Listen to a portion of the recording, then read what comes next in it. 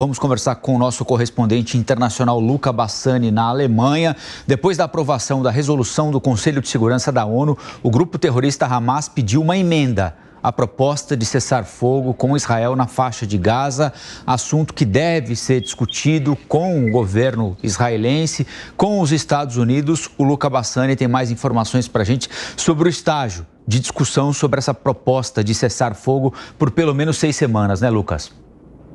Exatamente, Rafael. Nós vemos que os Estados Unidos agora disseram que vão analisar esse pedido de emenda feito tanto pelo grupo terrorista Hamas quanto pelo grupo terrorista Jihad Islâmica, ambos que atuam diretamente da faixa de Gaza e que foram os perpetradores do ataque terrorista do 7 de outubro, que começou toda essa guerra. Vale a gente ressaltar que essa proposta foi apresentada pelos Estados Unidos perante o Conselho de Segurança, composto por 15 países, foi aprovado com 14 votos favoráveis e apenas uma abstenção da Rússia, mas que delineia um plano de cessar-fogo em 3 etapas. A primeira delas com uma paralisação de 6 semanas nas hostilidades, enquanto que os reféns seriam libertos em troca também de prisioneiros palestinos em prisões israelenses. E na segunda e terceira fase seriam então negociadas uma paz mais duradoura, além, é claro, de se discutir como seria feita a reconstrução da faixa de Gaza. O ponto é que eles não determinam exatamente se o Hamas, de fato, continuará administrando o enclave palestino ou não, e nós sabemos que essa condição para Israel é extremamente importante, já que Netanyahu e a sua coalizão disseram que não vão aceitar de maneira alguma a continuação do grupo terrorista como o administrador da faixa de Gaza, de um território que faz fronteira com Israel, ao mesmo tempo em que o Hamas e a Jihad Islâmica querem tornar esta pausa permanente, ou seja, mudar o texto para que não seja uma pausa de apenas 6 semanas, mas sim completamente colocar um fim neste conflito, o que não seguiria os interesses de Israel, que obviamente quer a eliminação completa desses 2 grupos das suas fronteiras. Então agora está na mão dos Estados Unidos fazer essa análise e eventualmente mudar o texto, lembrando que Antony Blinken está mais uma vez no Oriente Médio, essa que é a 8ª visita do principal diplomata norte-americano à região, que conversou inclusive ontem com Benjamin Netanyahu e tem tentado convencê-lo a aceitar esse acordo, já que há uma pressão interna também dentro dos Estados Unidos para que o presidente Joe Biden pare de enviar armamentos ou até mesmo faça com que essa guerra chegue ao seu fim antes das eleições em novembro. Pois bem, Luca Bassani, ao vivo, direto da Alemanha. Vamos conversar um pouquinho com a Amanda Klein, com o Cristiano Beraldo. Amanda, é uma situação muito específica, né? O presidente Biden chegou a dizer que essa proposta de cessar fogo que os Estados Unidos apresentaram e foi aprovada pelo Conselho de Segurança da ONU era uma proposta de cessar fogo de Israel, ou seja, com aprovação prévia de Israel antes de ser submetida ao Conselho de Segurança da ONU, que não foi confirmado, embora isso tenha sido dito de boca própria pelo presidente norte-americano, né?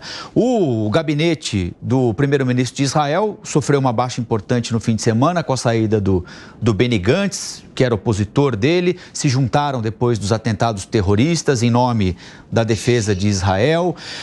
Um grupo mais radical que também compõe o gabinete, disse a Benjamin Netanyahu o seguinte: se você topar esse acordo, nós estamos fora. Se esse grupo pular fora, Benjamin Netanyahu fica sem sustentação. Sem sustentação, ele está sujeito à justiça israelense, que já lhe causava problemas antes, muitos, aliás, do dia 7 de outubro. Como desatar esse nó e, eventualmente, chegar a um acordo pela paz? Acho que nem ele sabe a resposta para essa pergunta, Colombo. Se soubesse, já teria tomado essa solução.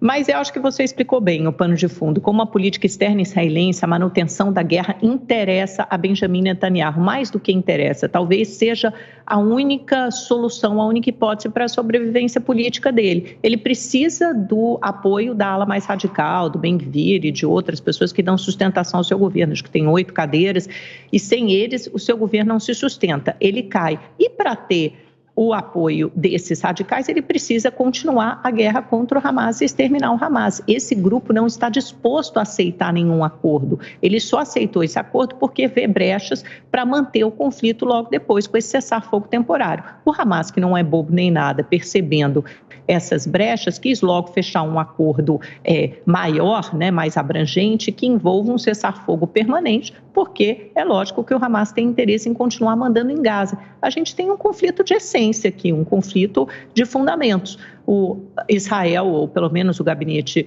de Netanyahu, não quer arredar o pé de Gaza, quer controlar aquela região, quer acabar com o Hamas e no caminho destruir e matar milhares de palestinos inocentes, entre eles muitas mulheres e crianças, como a gente assistiu nos últimos dias, e o Hamas não quer ceder porque, obviamente, não quer ser dizimado nem expulso daquele território, quer continuar mandando também naquele povo miserável que já sofreu todas as intempéries dessa guerra.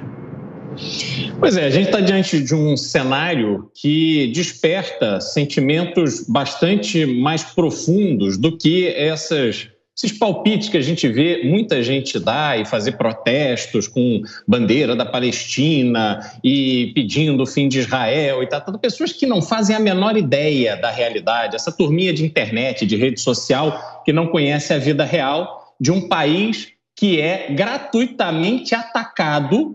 Israel, de novo, Israel dava emprego para os palestinos, abria suas portas, dava renda, ajudava aos palestinos terem aquilo que o Hamas, que ao vencer eleições simplesmente tomou conta do país e nunca mais realizou eleições, Israel ajudava a amenizar a dor dessa população.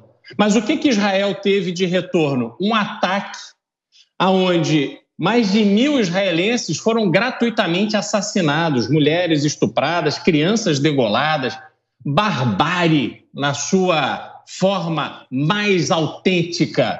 Israel não pode olhar para o futuro considerando a existência do Hamas. Ele está no seu legítimo direito de defender a sua soberania e responder à altura àqueles que o atacaram.